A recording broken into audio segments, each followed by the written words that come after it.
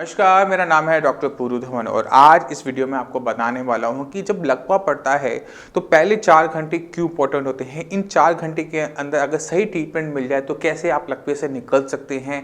और अगर आपका लकवा पुराना हो गया है, उसको टाइम ज़्यादा हो गया है, 6 महीने आपके बीत चुके हैं, इंप्रूवमेंट नहीं हो रही, आपके हाथ पैर में ताकत नहीं आ रही, तो उस ताकत को कैसे लेकर आया जा सकता है। जब किसी को लकवा होता है तो अक्सर होता है या तो क्लॉट की वजह से या ब्रेन हैमरेज की वजह से। मगर जब किसी को लकवा हो रहा है तो हमें ये नहीं पता होता कि इसे लकवा किस वजह से हुआ, कि खून का थक्का आया या दिमाग के अंदर नस फटी। तो सबसे पहला जो काम होता है किसी को लकवा पड़ने के बाद वो होता है MRI CT स्कैन का। क्योंकि एक बार आपको ये पता लग जाए कि दिमाग के अंदर एक्चुअली हुआ क्या, या तो खून का थक्का आया तो उसका ट्रीटमेंट अलग होता है, और अगर ब्रेन हैमरेज हो गया तो उसका ट्रीटमेंट अलग होता है। क्योंकि जो सबसे ज़्यादा हमें पेशेंट देखने को मिलते हैं लकवे के, वो उनके अंदर दिमाग के अंदर किसी ना किसी टाइप का खून का थक्का आया होता है। और अगर ये हमें पता लग जाए कि इस पेशेंट को सिर्फ खून की थक्के की दिक्कत है तो पहले 4 घंटे में एक इंजेक्शन लगता है जिसका नाम है TPA। ये जो TPA होता है ये आपके खून को पतला कर देता है, और खून को पतला करने से जो दिमाग के अंदर क्लॉट था वो डिसॉल्व हो जाता है। और डिसॉल्व होते ही जहाँ पर आपका ब्लड नहीं जा पा रहा था, जहाँ पर ऑक्सीजन नहीं जा पा रही थी, वहाँ पर ऑक्सीजन जानी शुरू कर देती है। ब्रेन की जो सेल्स हैं जब उन्हें ऑक्सीजन मिलती है तो वो मरने से बच जाते हैं। और जब आपके ब्रेन को कोई नुकसान नहीं होता या कम नुकसान होता है तो आपके रिकवरी के चांसेस बढ़ जाते हैं, जल्दी रिकवरी करते हैं। तो हम क्या देखते हैं कि अगर पेशेंट को ब्रेन स्ट्रोक हुआ है, इन्फार्क्ट हुआ है, पेशेंट जाता है हॉस्पिटल, तेजी से पहुंच जाता है और पहले 4 घंटे के अंदर TPA लग जाता है, उस पेशेंट के अंदर रिकवरी 15 दिन के अंदर ही हो जाती है। पूरा का पूरा लकवा 15 दिन के अंदर पूरी तरीके से गायब हो जाता है। मगर ज़रूरी क्या होता है, पहले 4 घंटे के अंदर आपके ब्रेन का CT स्कैन होना बहुत ज़रूरी होता है। क्योंकि अगर आपके ब्रेन के अंदर हैमरेज हुआ है, नस फटी है, और उस टाइम में गलती से भी अगर आपको TPA दे दिया जाता है तो क्या होता है, खून और पतला हो जाता है। खून और पतला होने की वजह से वो दिमाग के अंदर और तेज़ी से फैलना शुरू कर देता है और दिमाग को और ज़्यादा नुकसान होता है। तो ये जो इंजेक्शन है हर केस में नहीं लग सकता, ये उन्हीं केसेस में लग सकता है जहाँ पर आपके दिमाग के अंदर खून का थक्का आया हो और डिसॉल्व होगा, आपके ब्रेन तक ऑक्सीजन पहुँचेगी, दोबारा से आपके सेल्स मरने से बच जाएंगे और वो दोबारा से काम करना शुरू कर देते हैं। और इसमें रिकवरी पीरियड भी बहुत शॉर्ट होता है, 15 दिन। मगर हर लकवे का मरीज इतना खुशनसीब नहीं होता।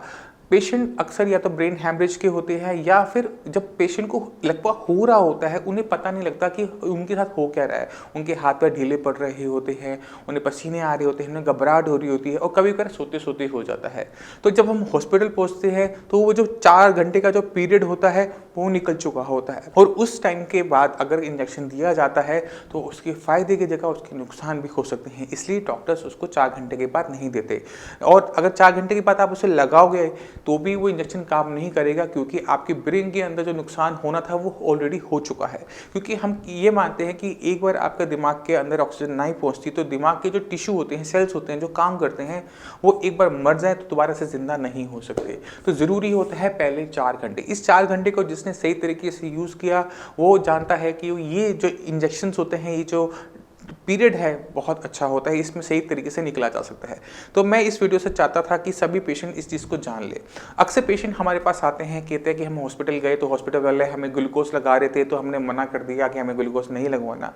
ये जो इंजेक्शन होता है ये आपको IVC दिया जाता है। तो अगर आप पहले 4 घंटे में पहुंच रहे हैं तो डॉक्टर की माने, अपनी ना चलाएं, क्योंकि डॉक्टर आपसे ज़्यादा जानता है, उसको पता है कि ये 4 घंटे को किस तरह से यूटिलाइज करना है। ये इंजेक्शन महंगा हो सकता है मगर ये अब कॉमनली मिलने लगा है, हर छोटे बड़े हॉस्पिटल के अंदर आराम से मिल जाता है।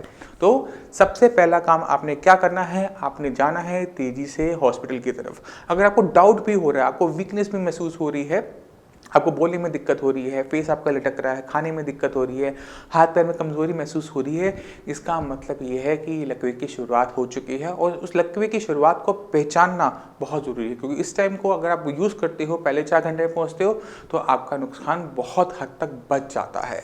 अब चलते हैं उन केसेस की तरफ जहाँ पे लकवा पुराना हो चुका है, जहाँ पे डैमेज ऑलरेडी हो चुका है। तो जो डैमेज होने के बाद जो पहले 6 महीने होते हैं वो एक और गोल्डन पीरियड होता है लकवे के मरीज के लिए, क्योंकि इस 6 महीने के अंदर हमारे ब्रेन के अंदर खुद ब खुद अपने जख्म को भरने की ताकत होती है, और इसको हम कहते हैं मेडिकल टर्म में न्यूरोप्लास्टिसिटी। न्यूरोप्लास्टिसिटी हमारे ब्रेन के अंदर डेवलप होने की ताकत है। जैसे हम छोटे बच्चे होते हैं तो हमारा ब्रेन बढ़ता है, वो बढ़ता है किस मैकेनिज्म से? न्यूरोप्लास्टिसिटी से।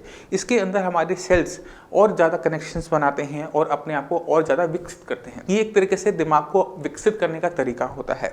तो जब किसी को लकवा होता है, ब्रेन स्ट्रोक हुआ, ब्रेन हैमरेज हुआ, तो दिमाग का वो हिस्सा डैमेज हो जाता है। मगर हमारे शरीर के अंदर क्या चल रहा है? न्यूरोप्लास्टिसिटी, ब्रेन का विकास करने की क्षमता। तो ब्रेन क्या करता है? अपने विकास को बढ़ा देता है, और जैसे अपने विकास को बढ़ाता है तो क्या होता है कि जो आपकी क्षमता गई हुई थी, जब आपको लकवा हुआ तो आप बेड पे थे, उठ नहीं पाते थे, चल नहीं पाते थे, खा नहीं पाते थे, मगर अगले 6 महीने तक ये जो आपके ब्रेन के अंदर न्यूरोप्लास्टिसिटी थी ये आपको खड़ा कर देती है। इस बीच में आप इंजेक्शन लगवाओ, इसके बीच में आप फिजियोथेरेपी करवाओ, आप कोई भी मेडिसिन खाओ, सब के सब काम करती हुई नजर आती है। मगर दिक्कत शुरू होती है इसके बाद। अगर आपका लकवा 6 महीने पुराना हो चुका है, आपको चलने में दिक्कत है, बोलने में दिक्कत है, हाथ चलाने में दिक्कत है, दिक्कत यहाँ से शुरू होती है, क्योंकि न्यूरोप्लास्टिसिटी, आपके दिमाग की विकास करने की क्षमता बंद हो जाती है, वो धीरे पड़ जाती है। तो अगर हमें एक लकवे के मरीज के अंदर से सुधार करना हो, दोबारा से चलाना हो, हाथ में ताकत लेकर आनी हो, तो हमें दिमाग के अंदर विकास करना पड़ता है। उस विकास करने के लिए, न्यूरोप्लास्टिसिटी को दोबारा से चालू करने के लिए हमें मेडिसिन का यूज़ करना पड़ता है, क्योंकि न्यूरोप्लास्टिसिटी को रीइनिशिएट करने के लिए, उसको स्पीड अप करने के लिए मेडिसिन, एलोपैथिक मेडिसिन में अवेलेबल नहीं है। इसी वजह से जब भी आप अपना पर्चा उठा के देखिए, उसके अंदर आपको बीपी की मेडिसिन, शुगर की मेडिसिन, कोलेस्ट्रॉल की मेडिसिन मिलेगी, आपको उसमें मल्टीविटामिन मिल जाएंगे, बट कोई भी मेडिसिन ऐसी नहीं मिलती जो आपके ब्रेन पे काम कर रही हो। ये मेडिसिन भी ज़रूरी इसलिए होती है क्योंकि अगर आपको एक बार लकवा हुआ है तो आपको दोबारा होने के चांसेस बने ही रहते हैं। तो क्योंकि हम नहीं चाहते कि एक मरीज़ को पहले वो अपने हाथ पैर से जूझ रहा है, हाथ पैर चल नहीं रहे, तो दोबारा होगा तो वो जो काम कर रहे हैं वो भी चले जाते हैं। तो इसलिए खून को पतला रखना, खून को ठीक रखना ज़रूरी होता है। इसी वजह से आपको ब्लड थिनर्स या बीपी की मेडिसिन, शुगर की मेडिसिन आपको दी जाती है, जिससे आप अपने जो ब्लड है उसको ठीक रख सके। क्योंकि अगर आपको लकवा हो रहा है तो अगर थक्के की वजह से बन रहा है तो दिक्कत कहाँ है? दिक्कत आपके ब्लड के अंदर है, क्योंकि उसमें नॉट्स बन रहे हैं, क्लॉट्स बन रहे हैं। और अगर आपके ब्रेन के अंदर हैमरेज हो रहा है तो दिक्कत आपके ब्रेन से पहले आपकी बीपी की है, क्योंकि बीपी हाई हुआ तो ही तो आपका ब्रेन हैमरेज हुआ। तो इन दोनों चीज़ों को कंट्रोल करना बहुत ज़्यादा ज़रूरी होता है। ये मेडिसिन तकरीबन पेशेंट की ज़िंदगी भर चलती है। बीपी की मेडिसिन, शुगर की मेडिसिन, ये बंद नहीं होती और ना ही इससे पेशेंट कभी ठीक होता है। ये इंश्योरेंस की तरह होती है कि जब तक आप खाते रहेंगे तब तक आपके खून के पतले बना रहेगा और आपको दोबारा से होने की संभावना घट जाती है। अब चलते हैं उन पेशेंट की तरफ जिनके अंदर 6 महीने बीत चुके हैं, मेडिसिन खा रहे हैं तो भी कुछ नहीं हो रहा, फिजियोथेरेपी करवा रहे हैं तो भी कुछ नहीं हो रहा, कोई इंप्रूवमेंट नहीं हो रही। तो वहां पर जाकर हेल्प मिलती है हमें आयुर्वेद से। आयुर्वेद क्या करता है? ये जो न्यूरोप्लास्टिसिटी जो मैंने आपको बताया, दिमाग को विकास करने की क्षमता शरीर की, उससे दोबारा से चालू करता है। दोबारा से वही प्रोसेस स्टार्ट हो जाता है जो पहले आपको 6 महीने में देखने को मिला था, जब आपके हाथ पैर में ताकत आनी शुरू थी। रोज आप देखते थे कि रोज आपका हाथ थोड़ा सा और अच्छा हो रहा है, और अच्छा हो रहा है, और अच्छा हो रहा है। ये दोबारा से हमें स्टार्ट करना पड़ता है। और इसमें मेडिसिन में क्या हेल्प करती है? साइंस संजीवनी। क्योंकि साइंस संजीवनी समझता है इस लकवे की दिक्कत को, आपके दिमाग की संरचना को, उसकी वर्किंग को, न्यूरोप्लास्टिसिटी को। तो जो हम साइंस संजीवनी में करते हैं, हम कभी भी पेशेंट को हाथ पैर की मेडिसिन नहीं देते, हाथ पैर को ठीक करने की मेडिसिन नहीं देते।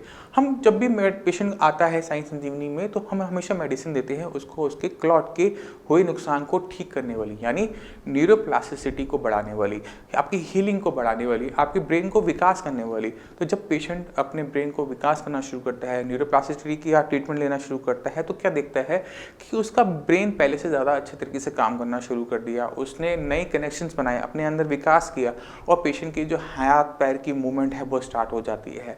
हाथ जो टाइट था वो रिलैक्स होना शुरू हो जाता है, क्योंकि यहाँ पर अब कनेक्शंस बनने शुरू हो जाते हैं। जो फिंगर्स में मूवमेंट नहीं थी वो आनी शुरू हो जाती है, और बहुत ज़्यादा वेट नहीं करना पड़ता। 1 मंथ के अंदर आपको अपने अंदर चेंजेस नज़र आने शुरू होते हैं कि मेरा हाथ जो नहीं चल रहा था वह चलने लग गया, जो मेरी टांग नहीं चल रही थी चलने लग गई। मगर न्यूरोप्लास्टिसिटी के साथ हमें एक चीज़ की और ज़रूरत पड़ती है, क्योंकि न्यूरोप्लास्टिसिटी आपके ब्रेन का विकास तो कर देता है मगर उसे सिखाता नहीं है। ब्रेन को ये नहीं पता होता कि ये जो नया हिस्सा है जो मेरी मसल्स को कंट्रोल कर रहा है, इसे कैसे कंट्रोल करना है, कितना करंट भेजना है कि मेरा हाथ यहाँ से यहाँ आ जाए, मेरी फिंगर इस तरह से खुल जाए। तो हमें इस कमांड सेंटर को, इस नए ब्रेन के हिस्से को हमें सिखाना पड़ता है। और किसी चीज़ को सिखाने के लिए हमें क्या करना पड़ता है? रिपीटिशन। एक ही काम को बार बार करना। अगर आप चाहते हो कि आपकी कोहनी इस तरह से मुड़े तो ये रिपीटिशन है। इसको जितनी बार आप करेंगे, यहाँ की जो मसल्स हैं आपके ब्रेन को बताएंगे कि हाँ, इसको इस करने के लिए इतनी ताकत लगानी पड़ती है। तो ब्रेन अपने अंदर विकास करता है क्योंकि उसके अंदर न्यूरोप्लास्टिसिटी चल रही है, वो अपनी इंप्रूवमेंट करता जा रहा है। तो वो धीरे धीरे धीरे जो इंप्रूवमेंट हो रही होती है, ब्रेन उसे सीखना समझना शुरू कर देता है। और होता क्या, रिजल्ट क्या है कि आपकी जो मूवमेंट्स हैं वो रिस्टोर होने शुरू हो जाती हैं, जो अकड़न है वो खुलनी शुरू हो जाती है, जो फिंगर्स नहीं चल रही वो चलनी शुरू हो जाती है। तो अगर एक पैरालिसिस का पेशेंट चाहता है कि वो अपने बॉडी को दोबारा से चलाए, दोबारा से खड़ा हो, दोबारा से अपने टांगों पर चले, तो ज़रूरी ये होता है कि अपने टाइम पीरियड को समझे कि वो किस स्टेज का पेशेंट है। अगर उसे अभी अभी हुआ है तो सबसे पहला काम कि अपना जाके सीटी स्कैन करवाए। अगर दिमाग के अंदर इन्फाक्ट है, क्लॉट है, तो उसको डिसॉल्व करने के लिए टीपीए इंजेक्शन सबसे बेस्ट है।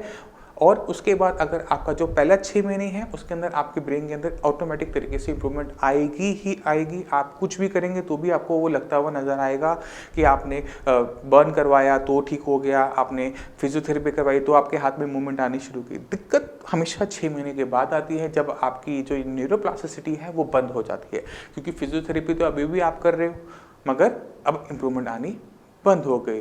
तो हमें चाहिए अपने ब्रेन का विकास, हमें चाहिए न्यूरोप्लास्टिसिटी। तभी एक पेशेंट जो नहीं चल रहा वो चलना शुरू करता है, जिसे चलने में दिक्कत है वो ठीक होनी शुरू होती है, जिसे बोलने में दिक्कत है वो शुरू होती है। तो पेशेंट को जानना पड़ता है कि वो किस टाइम पीरियड में, किस फेज़ के अंदर अपने आप को देखता है। तो अपने फेज़ को पहचानो कि कौन सा टाइम पीरियड आपका बेस्ट चल रहा है, आप उसको यूज़ करो सही तरीके से, तब जाके पेशेंट के अंदर तेज़ी से रिकवरी देखने को मिलती है। तो मैं उम्मीद करता हूँ इस वीडियो से आप काफ़ी कुछ समझ गए होंगे कि पैरालिसिस के अंदर, स्ट्रोक के अंदर टाइम बहुत इंपॉर्टेंट होता है। तो अगर पहले 4 घंटे हैं तो 4 घंटे के अंदर टीपीए इंजेक्शन, अगर पहले 6 महीने हैं आप कुछ भी करवाओगे सब कुछ आपको अच्छा लगेगा, सब आपको रिजल्ट्स मिलने शुरू हो जाएंगे। अगर 6 महीने आपके क्रॉस हो चुके हैं और आपकी इंप्रूवमेंट आनी बंद हो चुकी है तो आपको अब समझना पड़ेगा अपने ट्रीटमेंट को, अपने ब्रेन को, और दोबारा से शुरू करनी पड़ेगी न्यूरोप्लास्टिसिटी, और उसमें आपकी मदद करेंगे साई संजीवनी। तो अगर आपके माइंड में कोई भी डाउट है, कुछ भी पूछना चाहते हैं लकवे के बारे में, लकवे के ट्रीटमेंट के बारे में, एक्सरसाइज के बारे में, डाइट के बारे में, तो हमने इस चैनल के अंदर बहुत सारी वीडियोज़ डाल रखी है, तो आप उसको देख सकते हैं। आप हमारे डॉक्टर से बात भी कर सकते हैं, फ्री ऑफ कॉस्ट नंबर आपको नीचे दे रखा है।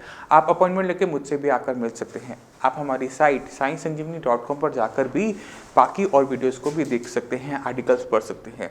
मैं उम्मीद करता हूँ इस वीडियो से आप काफ़ी कुछ समझ गए होंगे। फिर भी आपके माइंड में कोई भी डाउट है, कुछ भी पूछना चाहते हैं, तो नीचे कमेंट सेक्शन में कमेंट कर भी आप हमसे पूछ सकते हैं।